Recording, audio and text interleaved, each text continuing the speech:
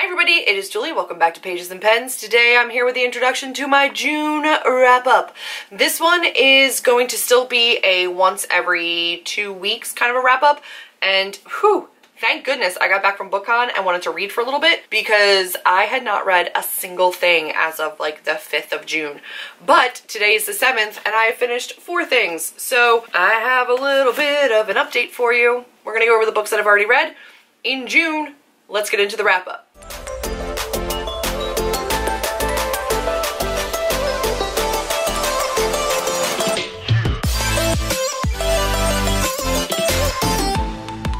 I did finish 4 books so far since getting back from BookCon. One of them was one that I got at BookCon. This is Open Earth. This one is by Sarah Mirk, Eva Cabrera, and Claudia Aguiar.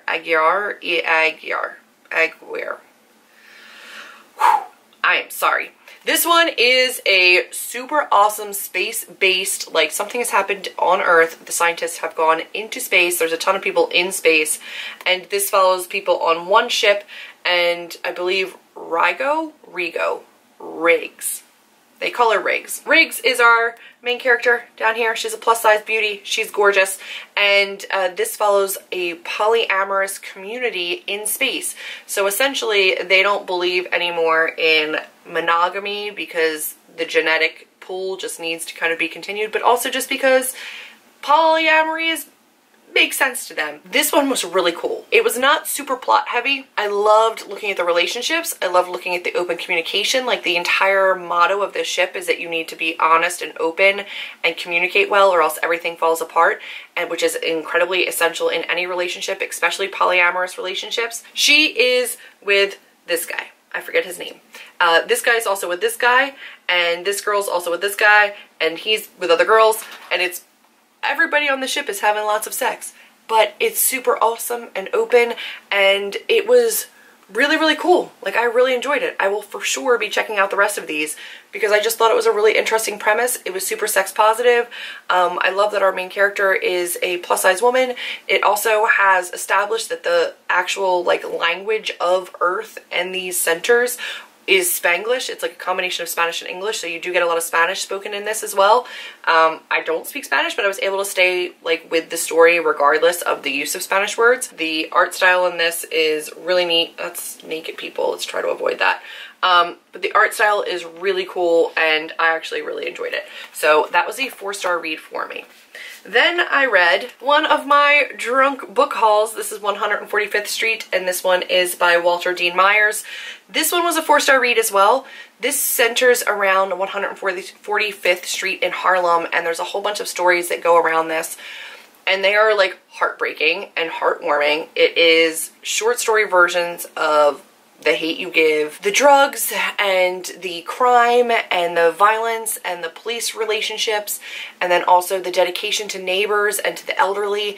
There's like all these little short stories that are really, really beautiful and really heartbreaking and really eye-opening. This was published in 2001, and I can imagine how groundbreaking this must have been in 2001. I actually really, really liked it. I thought it was really good, and I'm really glad that I read it. So that was a 4-star read. Then I read Chimamanda Ngozi Adichie's Dear Ejeweli, or A Feminist Manifesto in 15 Suggestions.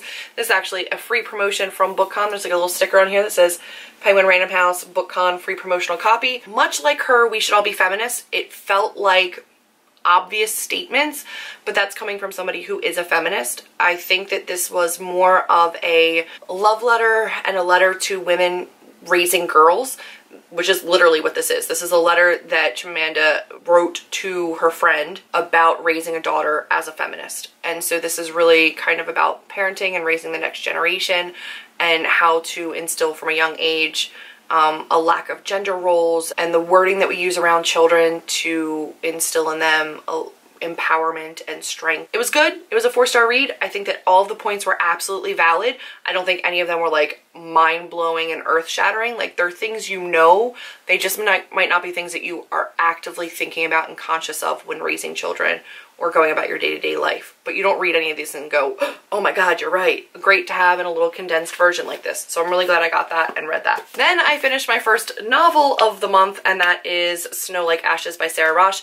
This one is A fantasy, this is like a great beginner fantasy, guys. It is like the easiest fantasy to get into. There's like months and seasons, but spelled a little bit differently. I don't know, guys. There's conduits and power and magic in these seasons, and you have to be like a woman to wield the power and the magic of the seasons. Was super, super tropey. We've got a 16-year-old main character in Mira who was likable enough. She was a really good main character. She has Mather, who is the king, and he has grown up with her and trained with her, and she of course has a crush on him, but then she's betrothed to somebody else in another kingdom in another season to kind of strengthen alliances. Theron, and she actually ends up falling for him too, so there's a love triangle. This is not a new book. This is pretty old. A ton of people wanted to read this with me, but I ended up actually starting this in audiobook before my TBR went up, and then I finished it pretty quickly in physical copy as well, so I did a little bit of reading both ways. This feels like an old ass fantasy. We've got like a lost princess storyline, we've got a love triangle storyline, we have, you know, like chosen one type of a situation. We've got suppressed people in work camps that are being freed. It's pretty tropey. Was it bad? No. Was it great?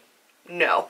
I gave it 3 stars. I do have the remaining 2 books. I don't know if I'm going to read them. So if you guys have read this whole trilogy and you think it gets like a ton better from here, definitely let me know, because this one was fine, but it wasn't good enough to make me like die to know what happens next. I don't know if I care enough.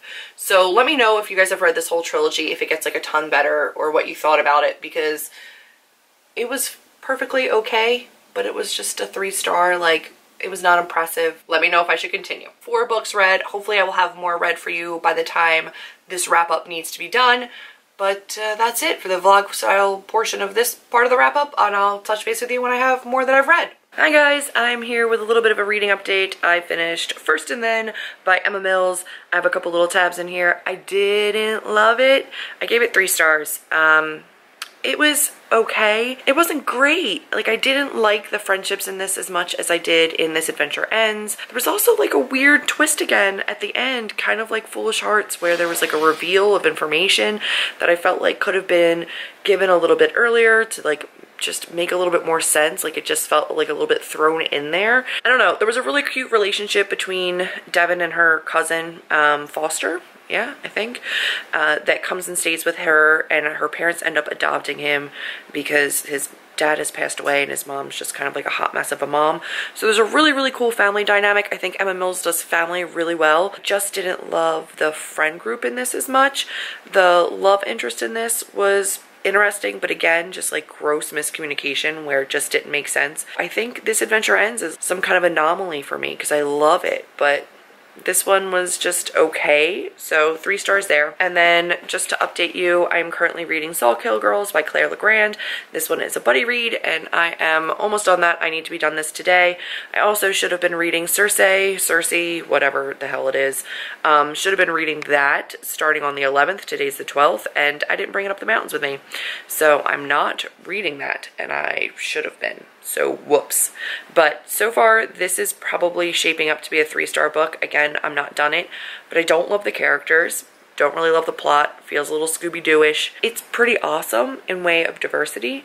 It's also super feminist and kind of awesome that way, but I just am not connecting to the characters that much or the plot that much, which is kind of a bummer, but I'm still getting through this. I should be done this today, and then I'll update you when I get home. That's it. I didn't really read that much this weekend because little girl wanted some love and attention, and I was all about giving it to her. Little miss got her wish. I'm here with my update of Sawkill Girls. You guys know that I was reading this one.